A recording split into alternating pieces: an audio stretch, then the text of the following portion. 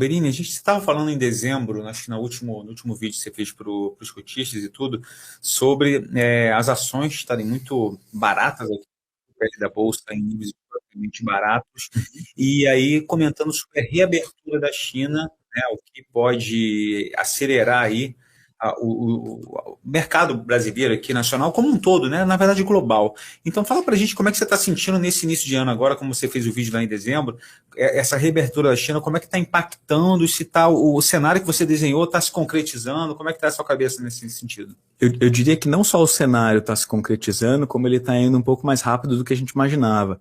Tinha uma desconfiança muito grande se de fato a China reabriria da forma como ela reabriu ou não.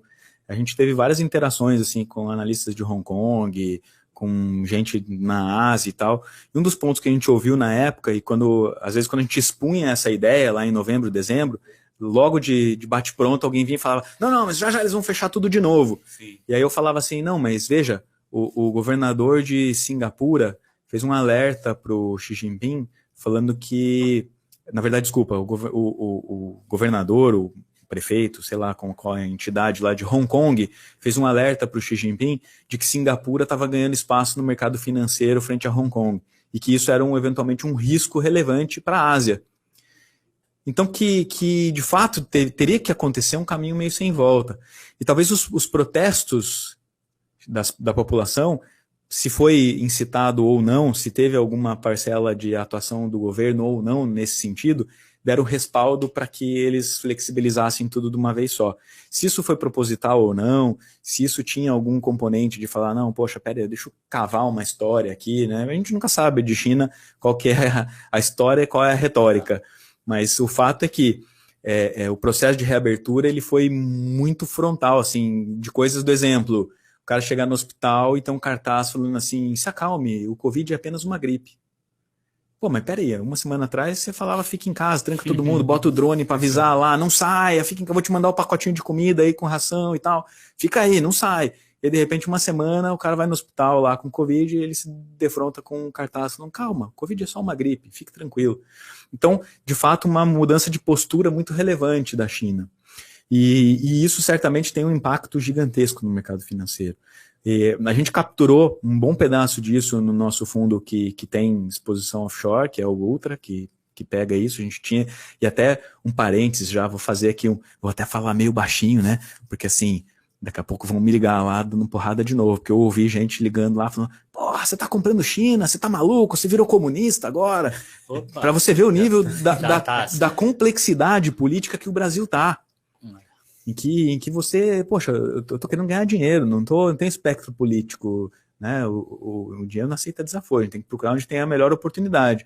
Se isso tem algum lado político, eu tô fora do lado político, eu não quero ficar nem apoiando um nem outro, eu quero olhar onde tem oportunidade, onde tem assimetria de retorno para ganhar. E aí, nessa ocasião, eu até fiquei meio assim lá em dezembro, falei, poxa, e aí, falamos de China de novo ou não, né? Poxa, eu vou apanhar, mas vou falar de novo, vai. Deixa a turma me bater, já apanhei por causa de Cielo, vou apanhar por causa de China. Não, deixa aí a turma pensar que é, mas eu vou ficar posicionado.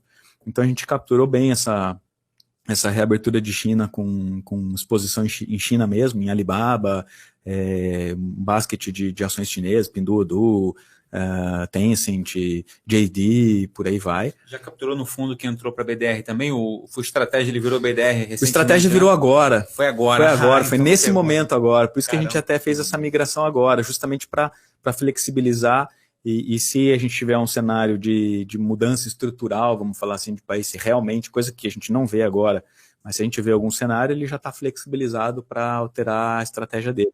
Então, até então, só o Ultra que tinha essa predisposição de alocar em China. E até é engraçado, porque esse assunto de China, muitos clientes falavam assim, não, China não, cara, China não dá, China é tóxico, vai, não compra isso aí não. Mas, gente, pô, o cara tá reabrindo, ficou 2 anos fechado, não tem como não ter. E isso, indiretamente, é o que vai trazer o benefício para o Brasil. A gente tem um alinhamento com o Ocidente de pensar em Estados Unidos, e nós brasileiros gostamos do hábito americano, mas a gente tem que lembrar que economicamente a gente tem a dependência da China, não dos Estados Unidos.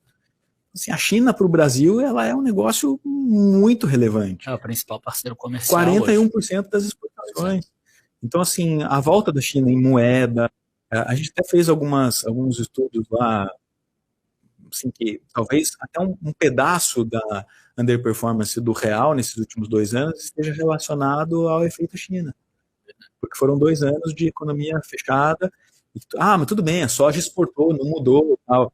Mas você tem petróleo, você tem minério, você tem serviços, você tem uma série de outros componentes, e quando você olha para a correlação das moedas, talvez isso tenha impactado.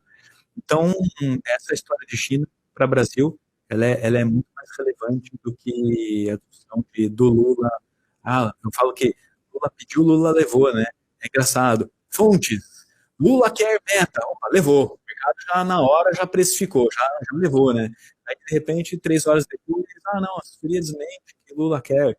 Então, a gente tem muito ruído por conta dessa polarização, dessa sensibilidade do investidor hoje, de que ele está assustado, ele está com medo, mas o fundamento, quando a gente olha de China, de retomada, de exportação brasileira, de pauta, do gringo querendo comprar Brasil, foi 20 bi já, 8 bi já em fevereiro. O gringo tirou o pé agora. Tirou o pé, mas botou 8 bi de novo já, né? Poxa, eu acho que está muito mais relacionado à emergência China do que propriamente a uma história de Brasil. A gente vê muito nessa linha, assim, de ter um portfólio que possa capturar isso, e ao mesmo tempo, olhando para o Brasil, vendo cases que negociam a 50% do caixa, 80% do caixa, empresas que fizeram IPO, como a gente estava falando um pouquinho antes aqui, fizeram IPO, caíram 80%, 90% e estão valendo o caixa. Então, são locais onde a gente enxerga grandes upsides hoje.